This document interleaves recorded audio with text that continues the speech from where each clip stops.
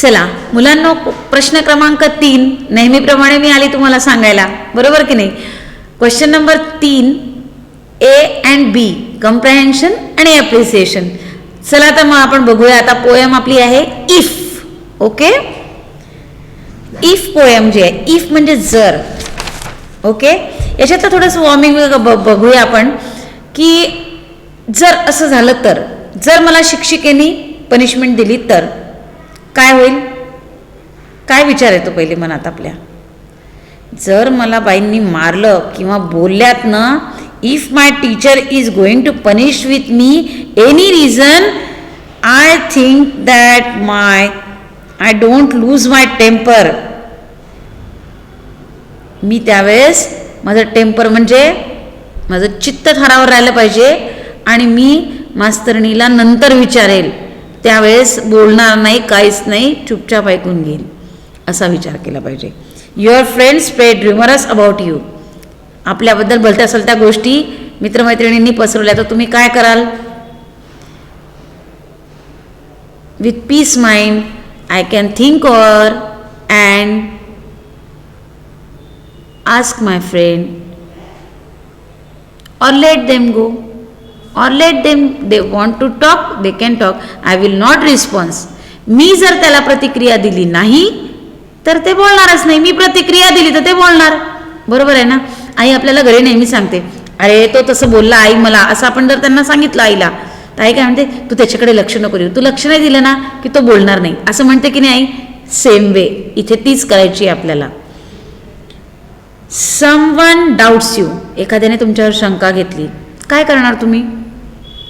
त्याची शंका तशी चढ देणार, त्याची शंका कशी क्लिअर होईल आणि आपल्याला त्रास होणार नाही किंवा आपले त्याच्याशी मतभेद होणार नाही, विदाऊट भांडण आपण त्याची शंका कशी निरसन करू शकू, हे आपल्याला त्याच्यापर्यंत करायचं आहे ना, क्लिअर.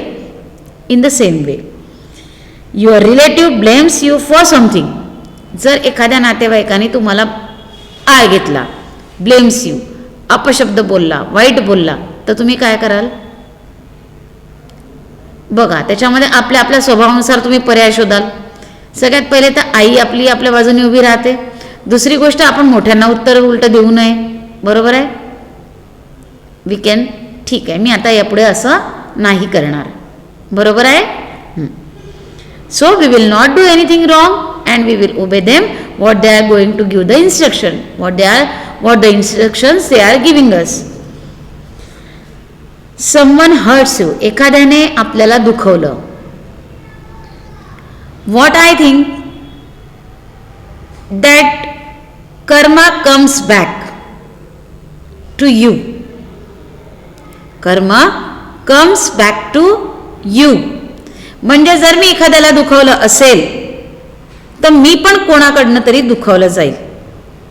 बरोबर. इफ यू हर्ट्स एनिथिंग और you get hurted from someone hurts you, you just keep quiet and let it go. He will think over it. He will pay off it. He will pay for his karma. तो त्याच्या कर्माचं फळ त्याला मिळेल, त्याचे कर्म त्याच्या समोर येतील.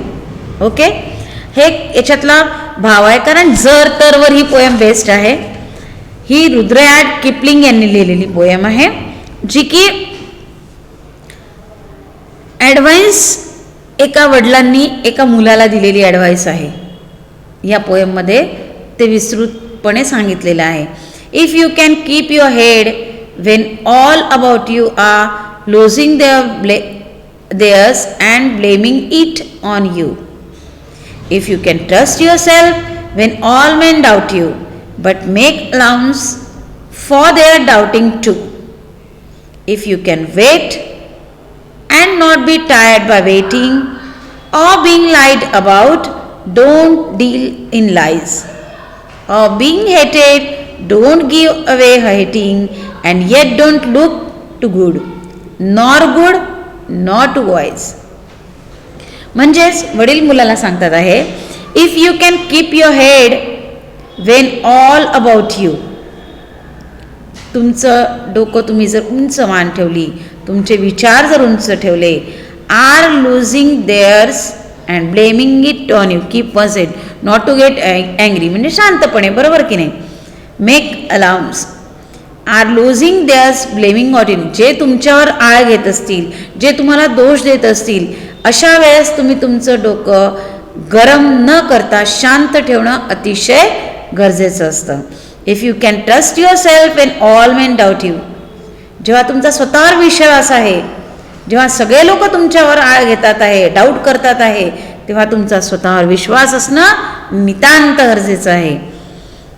But make allowance for their doubting too, means consider what others also have to say about something, म्हणजे व्हॉट दे कन्सिडर, म्हणजे जे लोक तुमच्याबद्दल बोलत आहेत ते पण विचारात घेऊन तुम्ही स्वतःवरचा विश्वास कायम ठेवायचा आणि त्यांनी घेतलेला डाऊट, शंका ही तुम्ही दुर्लक्षित केली पाहिजे.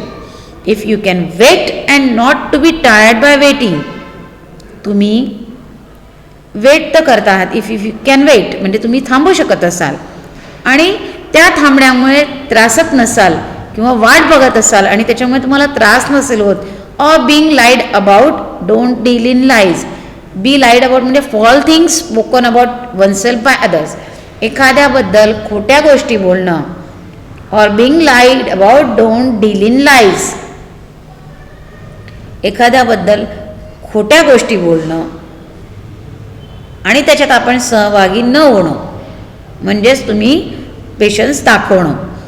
Or being hated, don't give, or being hated don't give way to hating, give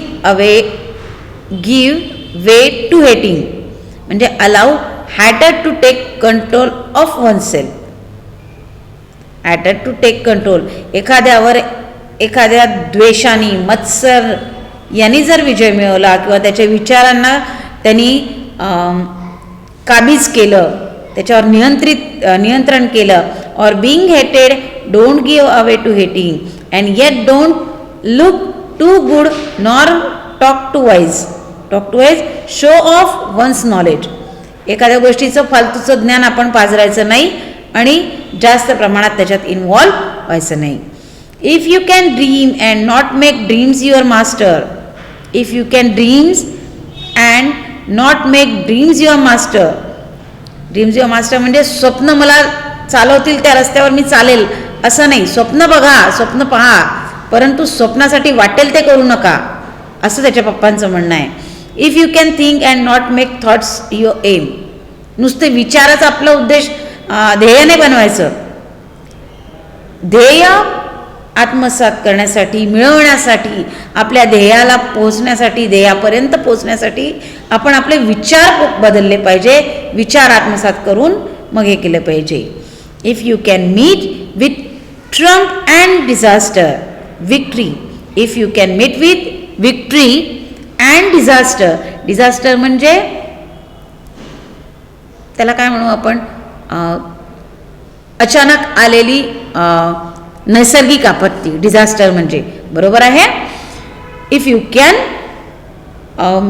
meet with victory म्हणजे एखाद्या विजयाजवळ जाऊन तुम्ही उतू नका आणि मातू नका, तसंच एखादा जर तुम्हाला अपयश आलं तर त्याने तुम्ही खचून जाऊ नका आणि पुढे चालत राहा, असं पप्पा मुलाला सांगतात आहेत. Okay, and treat those who impostors just the same, imposter, one who deceives others by pretending to be someone else, and treat those who imposters just same, जे तुमच्यासारख्या परिस्थितीतून जात आहात त्यांच्याशी चांगली वागणूक ठेवा.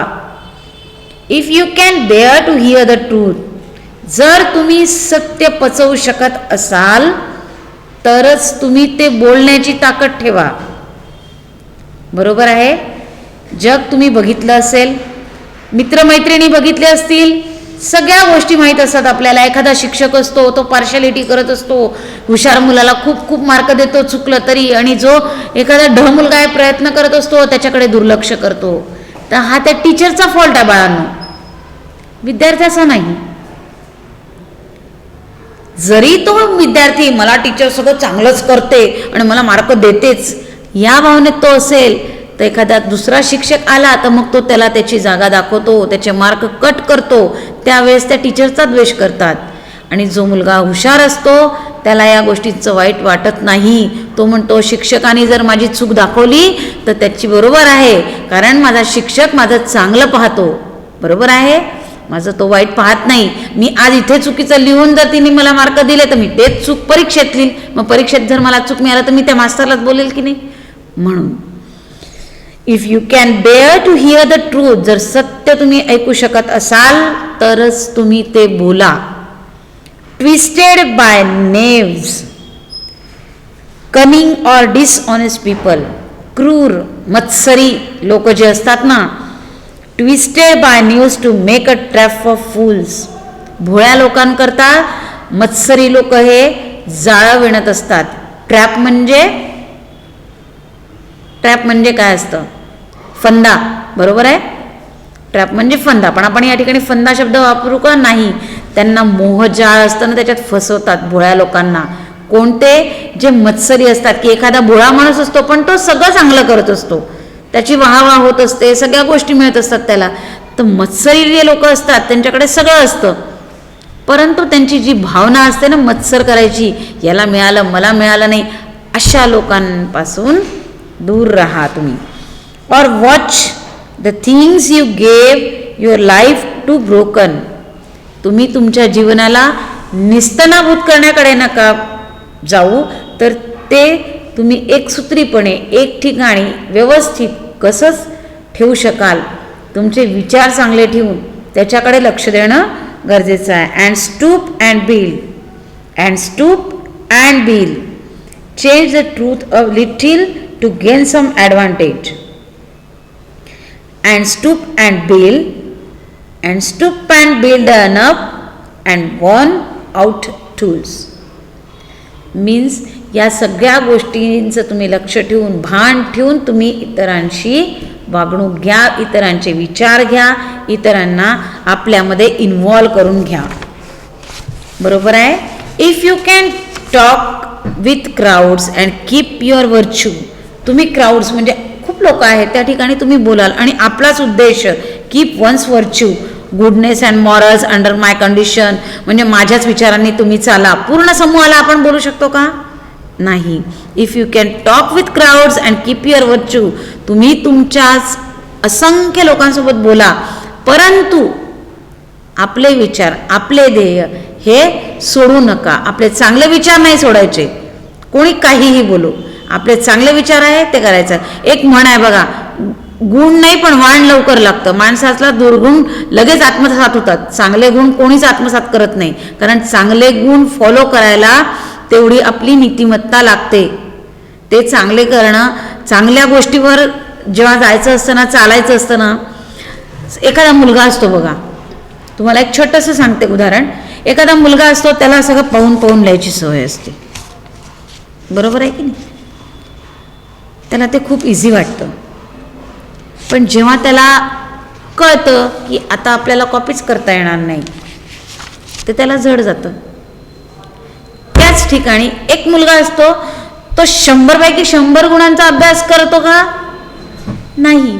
तो करेल 80च मार्कांचं, पण जे काही करेल ते मी माझ्या मनाने करेल आणि माझ्या मनाने मार्क मिळवेल असं जो करतो त्याला त्या कॉपी चेकरची भीती नाही वाटत. पण जो कॉपी करणारा मुलगा असतो त्याचं सतत लक्ष कॉपी चेकिंग माझ्याकडेच असतं. मग तो धड हाय पेपर लिहू शकत नाही, धड तोय पेपर लिहू शकत नाही, मग होते त्याची पंचायत.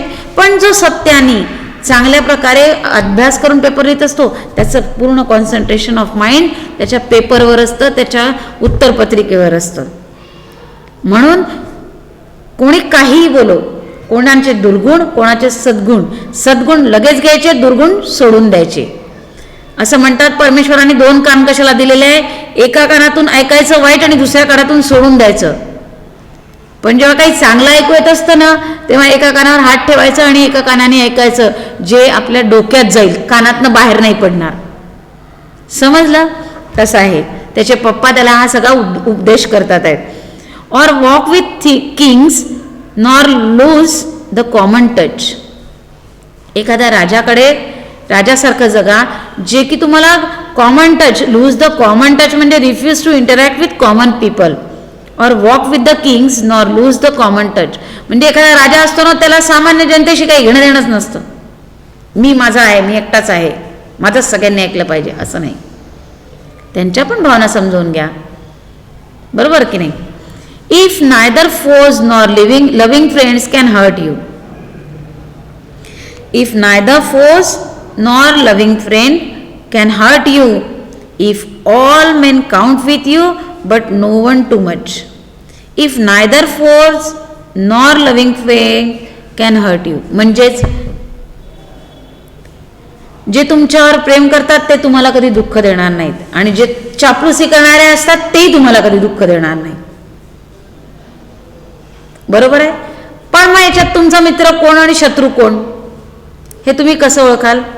मित्र तर आहे तुमचा, पण जो सत्य बोलेल तुमच्या तोंडावर तुम्हाला न दुखवता तो तुमचा मित्र, आणि जो तुमचं नुकसान पाहून तुमच्या तोंडावर गोड बोलेल की हो हो तिकडे माहीत आहे त्याला की तिकडे खड्डा आहे एका मित्राला, तरी तो म्हणेल नाही नाही तू जंप मारून जाऊ शकतो ना, आणि एक मित्र काय म्हणेल तू थांब इथे, आपण दोघं प्रयत्न करू, दुसरा रस्ता आहे का, तिकडे नको जाऊ तिकडे खड्डा आहे, तो तुमचा मित्र. आणि जो म्हणेल नाही तू जा, मी इथे उभा आहे बघतो कोणी बघतं का, तुला जाता येईल असं, तर तो तुमचं नुकसान पाहतोय.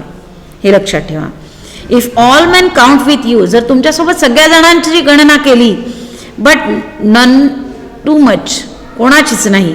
If you can feel the unforgiving minute, unforgiving minute म्हणजे न विसरणारा क्षण, अविस्मरणीय क्षण. with 60 seconds worth the distance run, yours is the earth and everything that's in it, and which is more you will be a man, my son.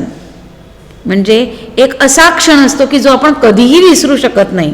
with 60 seconds worth of distance run, worth a distance make a good use of every second. त्याचे बाबा म्हणतात मिनिटातल्या प्रत्येक 60 सेकंदाचा उपयोग जो आहे ना बाळा, तो तू चांगल्या प्रकारे कर, जेणेकरून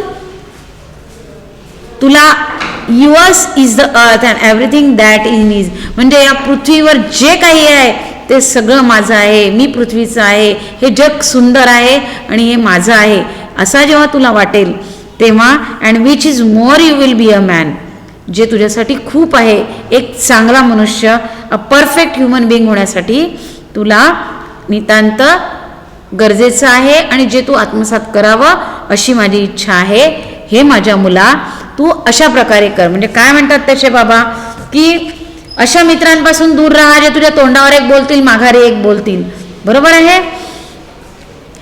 आणि दुसरी गोष्ट महत्वाची की जर तुम्ही सत्य पचवू शकत असाल तर तुम्ही सत्य बोलण्याची ताकद ठेवा. जर तुम्ही सत्य पचवू शकत नाही तर सत्य बोलू नका, कारण तुम्ही दुसऱ्याबद्दल सत्य बोलाल तर सत्य तुमच्याबद्दलही कोणी बोलेलच की नाही, मग ते तुम्हाला पचलं पाहिजे. आई म्हणते ना खरे बोल, भलेही 2 मिनिटं नुकसान होईल. नेहमी लक्षात ठेवा की एक खरं बोललं तर 2 मिनिटंच मार बसतो, पण एक खोटं जर बोललं आपण तर ते खोटं लपवण्यासाठी अजून पुढचे खोटे बोलावे लागतात. जर एखाद दिवशी तुम्ही शाळा केली नाही किंवा अभ्यास केला नाही तर तुम्ही म्हणता हो हो झालं नाही माझं, आई लगेच त्याच्यावर प्रश्न विचारते. मग तो प्रश्न नाही नाही तो मी केलाच नाही, दुसरा प्रश्न विचारते अगं तो खूप कठीण, म्हणजे झाला ना एक प्रश्न नाही दुसरा प्रश्न नाही, म्हणजे आईला कळून जातं की तुम्ही केलेलाच नाही अभ्यास.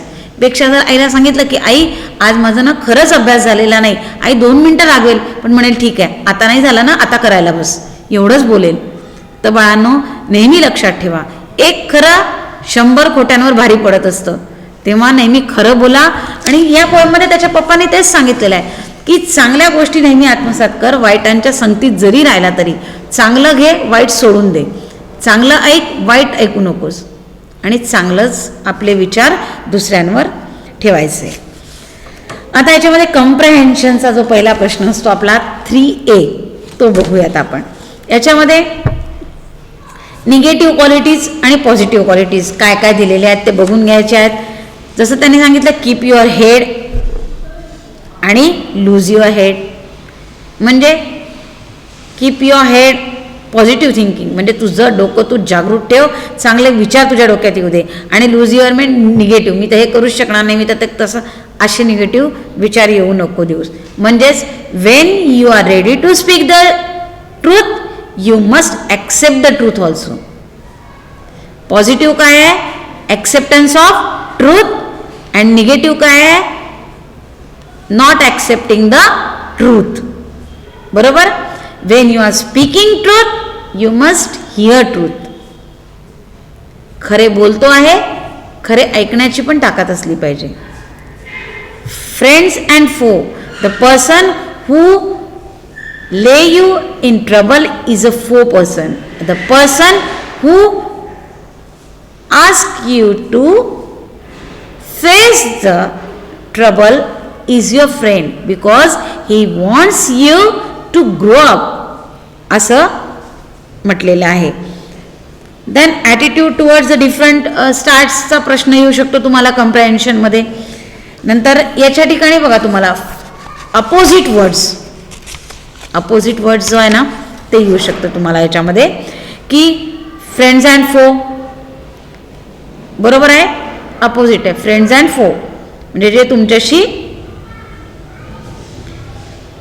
Trump and disaster, victory disaster, या ठिकाणी तुम्हाला हे शब्द असे विचारले गेले आहेत जे की पोएटशी रिलेटेड असू शकतात. अजून काही प्रश्न असू शकतात, जसे की आपण बघा कम्प्रेहेन्शनमध्ये ॲडवाइसेस गिवन बाय द पोएम. पोएटनी काय काय ॲडवाइस दिलेले आहेत तुम्हाला ते दिलेले आहेत, ते सांगायचं आहे तुम्हाला. नंतर याच्यामध्ये बऱ्याच प्रकारे when others blame us we should be calm, when others doubt trust keep faith on this one. या समोरच्या पहिल्या स्टँजामध्ये ज्या लाईन्स दिलेल्या आहेत ना बाळांनो, त्याच्यामध्ये बरंचसं आहे. We should not deal with a lie when people talks about you, या सगळ्या आणि रायमिंग वर्ड्स दिलेले आहेत त्याच्यामध्ये, जे तुम्हाला आहेत lies, wise, em, same, spoken, broken, fools, tools, हे सगळे रायमिंग वर्ड्स तुम्हाला याच्यामध्ये दिलेले आहेत, जे की तुम्हाला विचारले जाऊ शकतात. पुस्तकाच्या बाहेरचे रायमिंग वर्ड विचारले जाऊ शकत नाही, कारण पोएममधलेच विचारावे लागतील ना. बाहेरच्या पोएममधले कसे, आधी टेक्स्च्युअल पोएम नसायची, पण आता टेक्स्च्युअल पोएमवरच दोन्ही क्वेश्चन्स आहेत, त्याच्यामुळे बुकमधलीच पोएम येणार आणि जी तुम्ही पाहिलेली असेल. So it will be easy for you to find out the rhyming words from the poem. बरोबर की नाही. अशा प्रकारे क्वेश्चन्स तुम्हाला कम्प्रेहेन्शनवर विचारले जाऊ शकतात. देन याच्यामध्ये एक क्वेश्चन अजून विचारला जाऊ शकतो बघा तुम्हाला, कंप्लीट द सेंटेन्सेस. बरोबर आहे ना. याच्यामध्ये दिलेलं आहे तुम्हाला की तुम्ही कंप्लीट करायचं सेंटेन्स जे की पोएम मधलंच असतं.